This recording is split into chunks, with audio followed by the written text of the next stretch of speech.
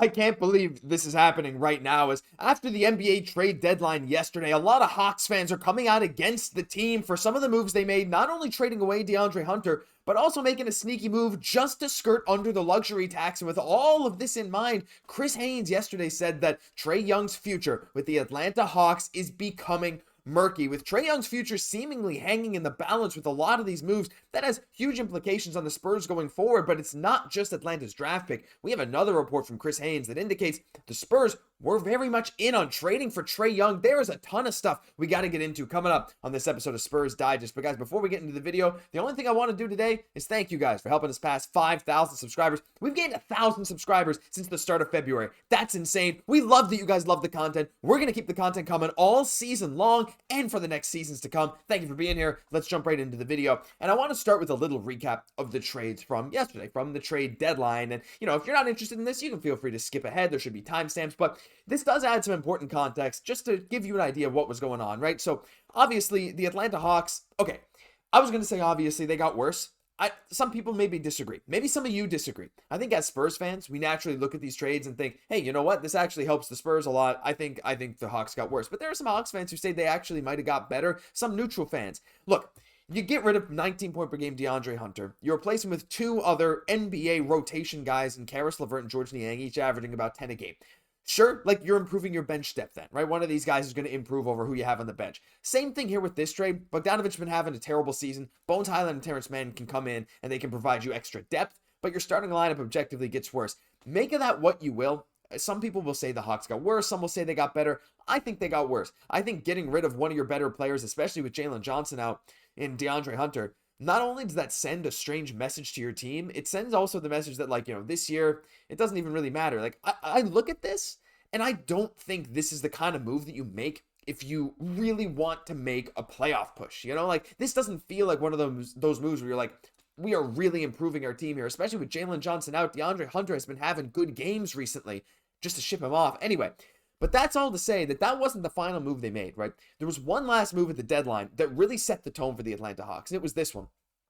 There was no surprise trade at the end, but they did slip under the luxury tax with the Zeller dump to Houston. They traded away Cody Zeller and I think cash or maybe a second-round pick, something like that. One of these salary dump trades to the Houston Rockets.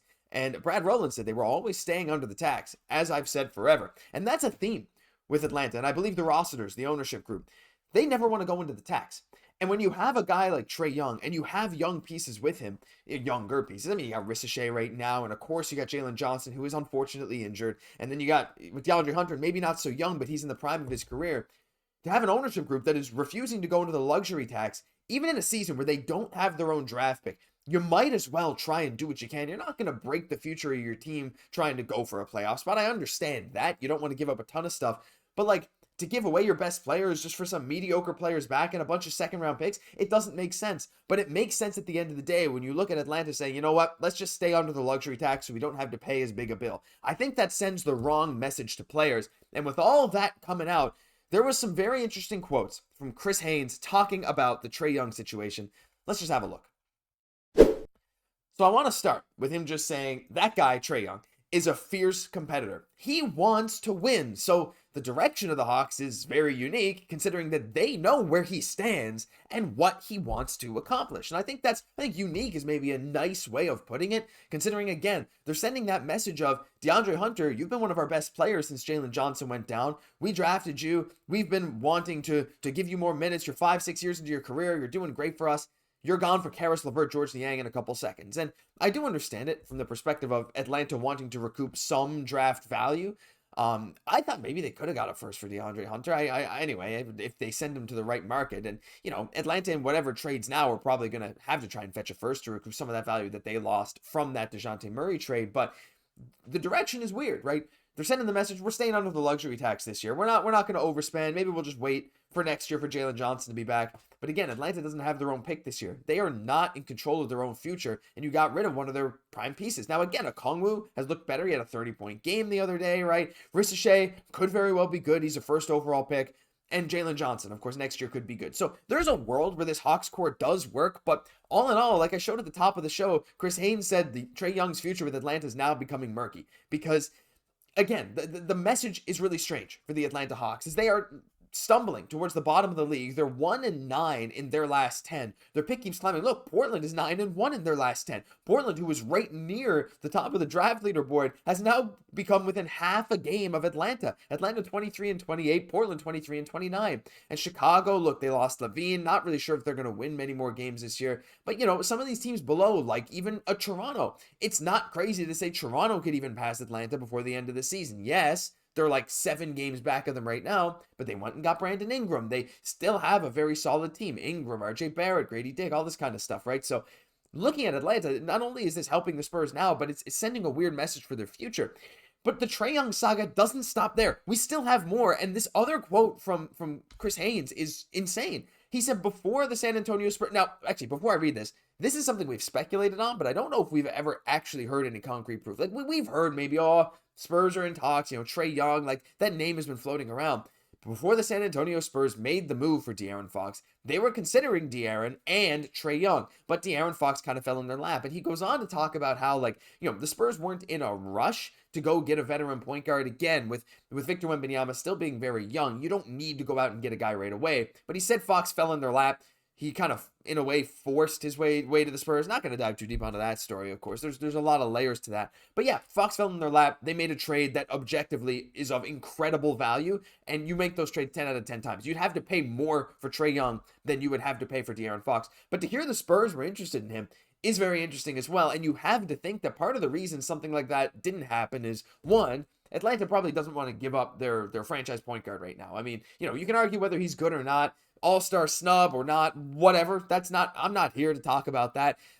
And I think his defense is so bad and his efficiency is so bad. I think he's a good player, but anyway, I think he'd be a good fit with Wemby. Anyway, but like, if you're Atlanta, if you're making that trade to the Spurs, you're asking for your own picks back, probably in that case, right? And you're probably asking for more than what the Spurs give up for Fox. You're probably asking for a really good young player. You would probably value, if you're the Hawks, you'd say, my guy, Trae Young, is more valuable than a De'Aaron Fox. Again, you could argue left and right, but again, if you're the owner of the team, just like us as Spurs fans are going to say our Stephon Castle is more valuable than anyone else you have, right? That's just how these teams work.